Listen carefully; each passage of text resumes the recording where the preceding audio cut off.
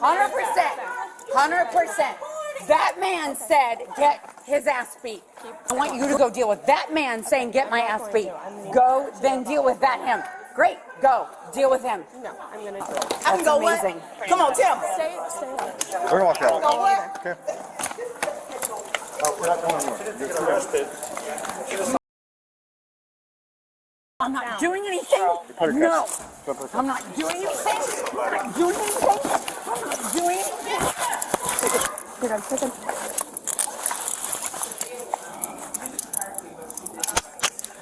Sit down. What is going on? I heard you from all the way down there. Did she assault somebody? When I ran up, she was in the corner. She had. Charles, there we got one handcuffs. Where's your ID? Who'd she hit or touch? What happened? Those three. What did you say the captain said? What did you say? She screamed once I let her down the jet bridge and just cursed. I said, "Man, we can't do that. Just come up."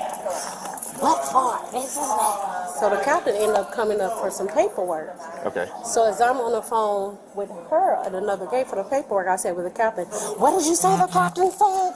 Mind you, the captain sitting right here said, "Ma'am, you are not getting on my flight." She chest to chest? Or like, chest to chest. She chest to chest. Her. Me. And him. okay. And like Me. Her. she hit all him. three people with her And phone? she hit Swiped him us like in the this. corner. She said, So the phone. And then she's recording, so I'm just standing here being Recording's not recorded. illegal. And then But complete my statement. But And your then phone she was a reaches weapon. across and swipes me like to hit me with the phone because she starts screaming directly in my face. And I said, you're not going to scream at me. You're going to calm down. This is the very behavior that our captain has denied boarding for. At which point, she starts slapping at me with the phone and she hit me here. okay. Are you okay? As I stated, before they came over, she was doing this to me. She was poking You're your not doing finger? that to me. Okay. Step away. So after they came, that's when she started using her phone, tapping people. She tapped people with Yeah. the phone. Okay. Where did she tap you? Right here. Right in the chest. Okay. Mhm. Are you okay? Do you need paramedics? No. Are we going to add... Are you wanting to press assault charges as well? So what all does that entail? So basically, because that didn't happen in a presence review, it's basically going to be your word against hers. You'll have to go to court for it. You'll have to talk to the judge about it. However, I mean, I think I'm gonna do a little bit more investigation with her, but it seems like she can go jail on it for PI. Okay, if we're okay with that, just getting her out of here, absolutely good that route. But if you want to press assault charges, that's that route. Going to talk to the No, but I'm judge. fine. I don't want to press. I don't. Yes, ma'am. Are you sure you're okay? Yeah, I'm just. Okay. I'm mad. I totally understand. Totally understand. You know what I'm saying? Okay. Figure out what's going on. Because do you understand what it looks like when I get here and you're in the corner with all these people and you have a camera in someone's face? Go away. I'm not going anywhere. I have to understand what's going on. You don't want to tell me anything? Nope. Okay.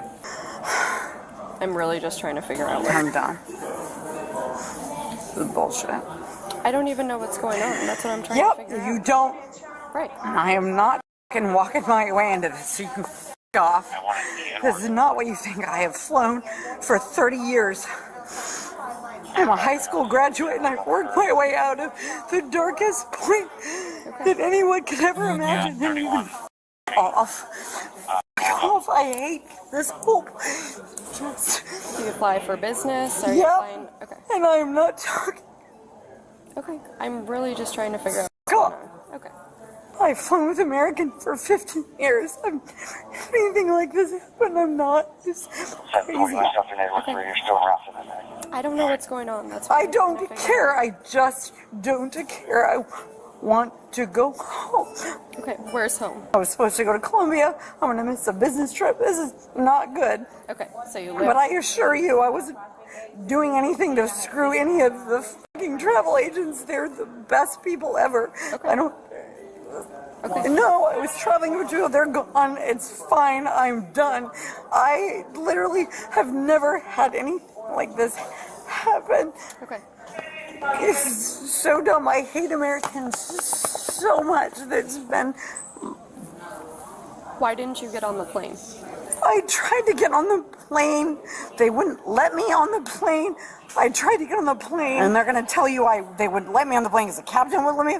I will tell you I've flown this airline for 17 years. I'm sorry, but we had to do that because when I walked into it, I totally get it. Please just let me go home. Okay. I don't care. I can't let you go home until I figure out what's going on, but I appreciate you telling me more information because that's really helping me, okay? I don't care. I'm supposed to be in Colombia for a business trip, and I've been flying for 14 years, okay, and I've never had a single encounter, and I don't know how this happened, and I'm so sad, and okay. I'm just, please let me go home. Okay. I'm not as drunk as you think I am. I am just super traumatized that I am handcuffed. Okay. How much did you have to drink? I had 2 drinks. Okay. Full drinks, very full drinks, okay, but not any more than I normally drink when I travel. Okay. I've done this a million times. Okay. They were vodka tonics. Okay. They're the same things I always have. Okay. I swear, I cannot overstate. Okay. I'm not innocent, but Jesus. So do you think they didn't let you on because you were... No, they didn't let me on because I got on at the wrong time. I got on late. My wrists hurt so bad. Okay, I'm usually on so early, and they were just being... So when they didn't let you on, you started recording them? I didn't record. I recorded something. I don't even know where to record. I wasn't trying to record to be an ass. Okay. Do you understand why it escalated to the situation? No, I don't. Actually, I don't. I actually don't. It doesn't mean that I won't do something different next time, but I don't actually understand. Okay. Would you like me to explain why? No, I don't. I just want to go home. Okay. Can you tell me what bar you drank those 2 vodka tonics at? Yes. If you got more than 2 items, just consolidate. The whole time she just, are you serious? I'm like, what in the world? But I said, okay, just go. So she scans on, goes to the door, then she just started yelling. F this, F that. I said, ma'am. So she walked down here? Okay. Ma'am. And she had already scanned? Yeah, Okay. she had did the biometrics. Okay. I said, ma'am, we can't have that language. What's going on? So I called the manager back. I said, hey, the captain needs his paperwork. He only got 2. He needs 3 more. What did you say the captain said? What did you say the captain said? So the captain's standing right there. And she's like, what did you captain say? Mind you, I'm speaking about the captain needs his paperwork. So at that point, the captain talked to her. You're not going on the flight. This is why you're not.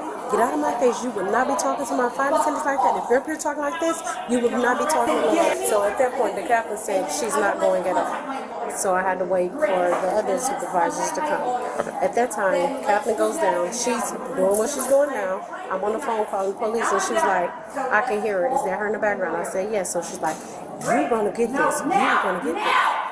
Okay. So that's what she's doing. I'm so sorry. I don't know when my phone recording is an issue unless you have an issue. So I don't think my cord recording and you and I have a conversation. If you want to let me off and I let you off, we're good. Otherwise, f*** off. My plane has already left. You are detained. Great. That's why you're in Then give me a detain. And then I would like to contact my lawyer. Okay. You can Great. Then let's contact my lawyer. Okay. Then let's do that now because I'm done. I am trying to be nice, and now I'm done. So let's call my lawyer. Okay. No? Do not move. Do I have a lawyer now? Do not move. Do I have a lawyer now? Do I have a legal right to a lawyer now? Then do I have a legal lawyer to desire now, or yes or no? No, you're being detained right now. I do not have an option to a lawyer right now. You're telling me I do not. That's correct. So I do not have an option to a lawyer right now. You're not under arrest. Okay. You're under arrest for PI. Okay. Now you're under arrest. Stand up. Is this your stuff? Yeah. Oh, What did I do exactly? You're under arrest for public intoxication. No, I have a lawyer. I have an option to get a lawyer. If you fight I have an option to get a lawyer. When you get to the jail, you can discuss that with them. If you fight us, you get another charge, and you don't get out in 4 hours. Do you understand that? You make yourself feel good making 60 grand a year. You f***ing cock, f***ing tiny piece of shit. You feel good f***ing your wife with your f***ing 5-inch dick? You can She pissed herself? Yep, she did. No, I didn't. Yeah, you did. No, I didn't. Yep, I can smell it.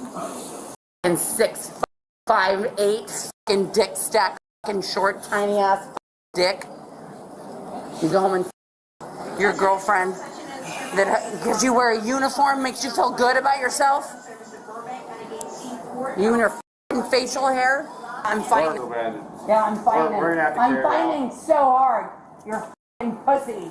This is it. Okay. I'm calling my lawyer. Give me a person to talk to. I have been within an hour of anybody. I'm an American Executive Platinum person. This is not. How am I acting right now? How am I acting? It doesn't matter. It's how you were acting before.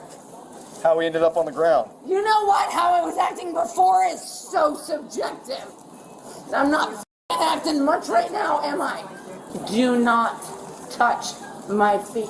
Do not. Stop. No. What about this right here? That I don't know. Can y'all hold her Ow, a your second? arm, my f***ing arm. Alright, ready? Get off my arm. I'm calling up to C30. You guys want to go through one of the fire exit doors? Amazing. Ow, God. Are you willing to walk now? Yes.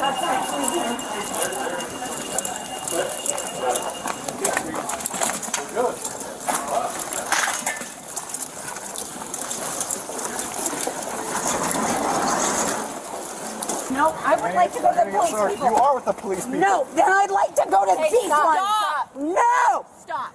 We have to search you. You're not helping at all. We have to search you before we put you in our car. The more you So I get resist, arrested? You are arrested. You are under I have not done anything wrong. You're under Great. Thanks. Grab my keys.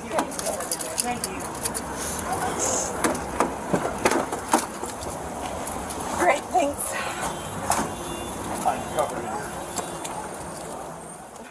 Picture yourself standing at an airport gate just minutes before boarding closes. The jet bridge is narrow. The plane is still connected. Crew members stand together, finishing paperwork.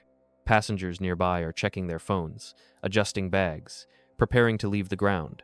This is a controlled space, designed for order, designed to feel safe. Then something doesn't fit.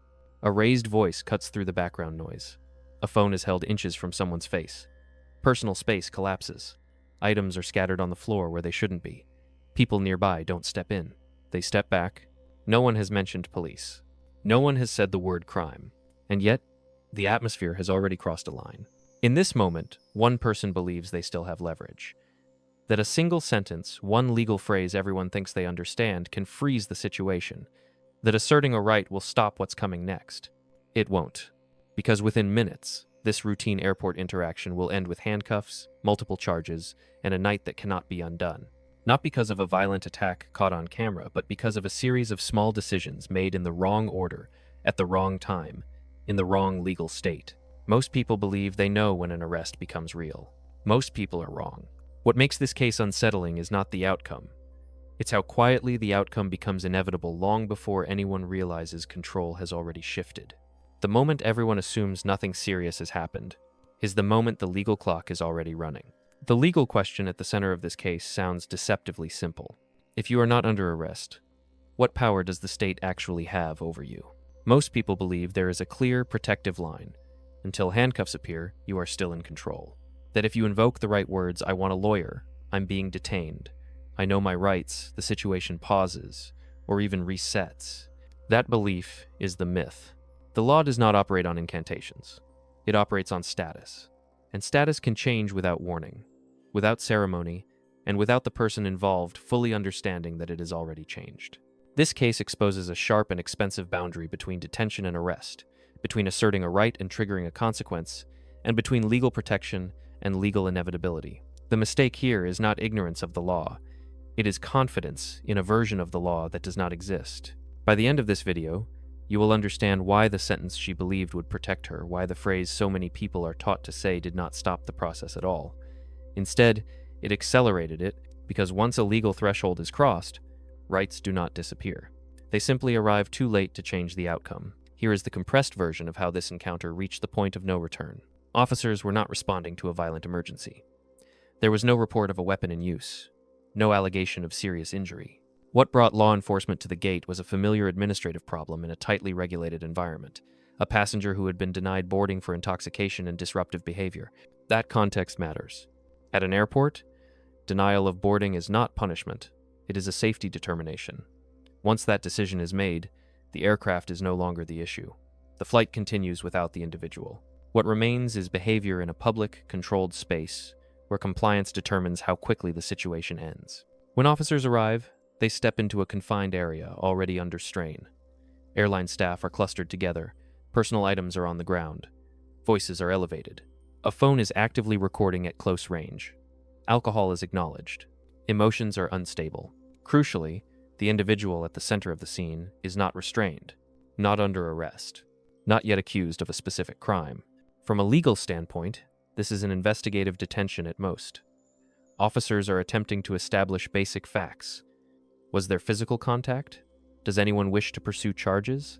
Is there probable cause for enforcement, or can this end with separation and release? At this stage, outcomes are still flexible, but flexibility depends on cooperation.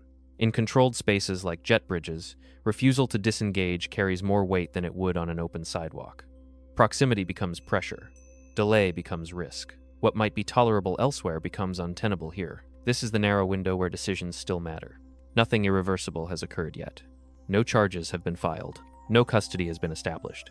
But the encounter is approaching a threshold, one defined not by volume or attitude, but by conduct. And the next action will determine which side of that line this case falls on. Everything changes here. Until this moment, officers are still operating inside a discretionary frame. They are listening, separating accounts, assessing whether the encounter can end without custody.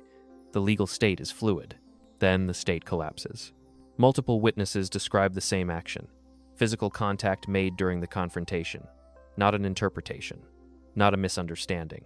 Contact involving an object held in the hand, delivered at close range, in a confined space where retreat is limited. That single fact reshapes the entire encounter. The law treats physical contact differently from verbal conflict. Once contact is alleged and corroborated, the situation is no longer about managing disruption. It becomes about addressing a criminal threshold. At that point, officers are not deciding whether enforcement is appropriate. They are determining how it must occur. This is the moment the legal dynamic shifts. What was seconds earlier a negotiable encounter becomes enforceable. Commands are no longer requests. Distance becomes non-optional. Non-compliance begins to carry legal weight it did not carry before. Probable cause does not require certainty. It requires reasonable belief based on observable facts and consistent witness statements. That standard is met here, and once it is met, discretion narrows rapidly. This is not escalation driven by emotion or impatience. It is escalation driven by statute. The law does not allow officers to ignore conduct that crosses a defined boundary, especially in environments where safety margins are already thin. The moment contact entered the equation, the outcome stopped being flexible. Everything that follows flows from this point. To understand why this encounter could no longer be redirected, the law must be separated from instinct. The dominant myth in situations like this is straightforward. If I am not violent, I am not criminal. That assumption collapses once conduct replaces speech. Speech is protected. Conduct is regulated. The law does not weigh tone or intention first. It evaluates action against statutory thresholds. This is where many people miscalculate. This is where disruption becomes disorder. Disorderly conduct statutes are designed to address behavior that interferes with the normal operation of a public space. Airports amplify this standard. They are controlled environments where minor disruptions carry elevated risk. What might be tolerated on a sidewalk becomes legally significant on a jet bridge. This is where annoyance becomes unlawful interference. But the case does not turn on disorderly conduct alone. The moment physical contact is alleged and corroborated, the analysis escalates. Assault and battery statutes do not require injury. They require offensive or harmful contact. An object does not need to be used as a weapon in the conventional sense. If contact is intentional or reckless and violates another person's bodily autonomy, the threshold is met. This is where confrontation becomes battery. At this stage, probable cause forms. Probable cause is not certainty. It is a practical judgment. Would a reasonable officer, observing the same scene and hearing consistent accounts, believe a crime occurred? In this case, yes. This is where investigation becomes enforcement. Once probable cause exists, Officers are no longer free to resolve the encounter informally. The legal obligation shifts. Failing to act exposes both the public and the institution to risk. In confined environments, delay is not neutral, it is dangerous. This is where discretion narrows. Another myth emerges immediately after. If I invoke my rights, enforcement must pause. It does not. The right to counsel attaches during custodial interrogation, not during scene control or initial detention. Officers are permitted to issue lawful commands to secure a scene, establish safety, and effect an arrest once probable cause exists. Asking for a lawyer does not negate those duties. This is where assertion becomes resistance. Resistance is not defined by aggression alone.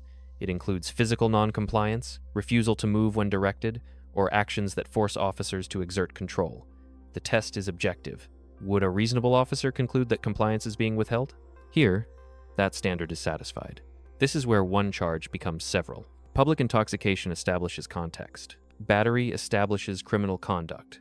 Resistance explains restraint. Each layer builds on observable behavior, not personality, status, or post hoc explanation. Explanation is not justification. By the time restraints are applied, the law is no longer evaluating alternatives. It is executing consequences. The system does not escalate because it is angry. It escalates because thresholds have been crossed, sequentially and visibly. This is the legal reality embedded in the footage. The outcome is not surprising.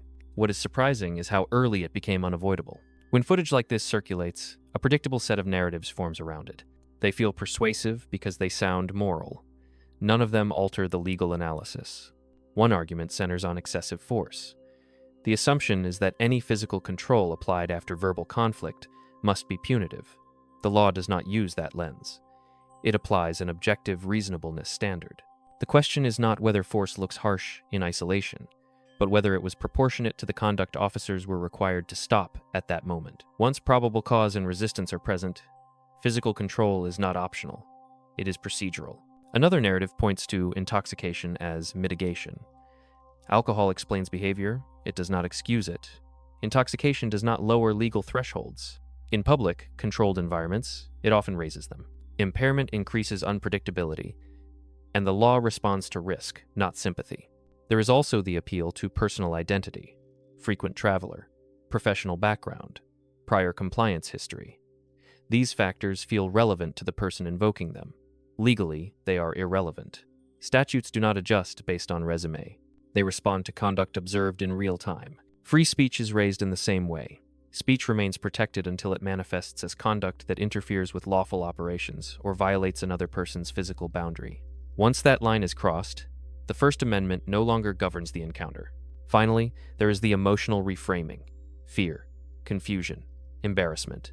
These experiences may be genuine. They are not defenses. Courts assess actions, not internal narratives offered after control has shifted. This is not dismissal. It is distinction. The law does not ask whether someone felt wronged. It asks whether a reasonable officer, facing the same behavior in the same environment, was legally compelled to act. Here, the answer does not change. What emerges next is not chaos, and it is not illness. It is a pattern that appears repeatedly in public authority encounters, where individuals misjudge how much control they still possess. The pattern begins with entitlement blindness. Familiarity with a system flying often, navigating institutions regularly, creates the expectation that rules will bend. When they do not, the response is not recalibration, but escalation. The individual assumes persistence will restore leverage. This feeds into authority miscalibration. Airline staff are treated as obstacles. Law enforcement is treated as a higher appeals court rather than a boundary. Disagreement with one authority figure is mistaken for permission to challenge all authority present. The law does not recognize that hierarchy. As pressure increases, Darvo appears. Deny the conduct, attack the legitimacy of the response, and reverse the roles of victim and offender. Responsibility shifts outward. The narrative reframes from what happened to what is being done to me. Finally, there is weaponized victimhood. Emotional distress becomes an argument. Confusion becomes a shield. Personal grievance is substituted for legal analysis. These responses are human. They are also ineffective once thresholds are crossed. This is not a mental health diagnosis. This is a behavioral pattern. The pattern matters because it explains why the encounter feels sudden and unfair to the person experiencing it, while remaining entirely predictable to officers trained to recognize it. By the time the individual realizes control is gone, it has already been transferred. Not emotionally, procedurally. The final phase of this encounter is no longer interpersonal. It is administrative. Once custody is established, discretion narrows to zero. The scene transitions from negotiation to procedure. Names become entries. Actions become charges. The language shifts from conversation to classification. Public intoxication provides context. Battery establishes criminal conduct. Resistance explains restraint. Each charge corresponds to an observable act, documented by witness statements and body-worn cameras. None of them depend on tone, status, or intent asserted after the fact. This is where many people misunderstand what arrest represents. Arrest is not punishment. It is containment. It is the mechanism the legal system uses to halt ongoing risk and preserve order while the process takes over. What follows booking, release conditions, court appearances unfolds according to statute, not sentiment.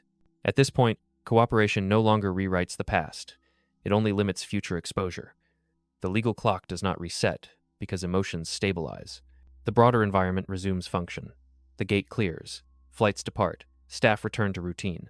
The system absorbs the disruption and moves forward. That restoration of order is not symbolic. It is the purpose of enforcement.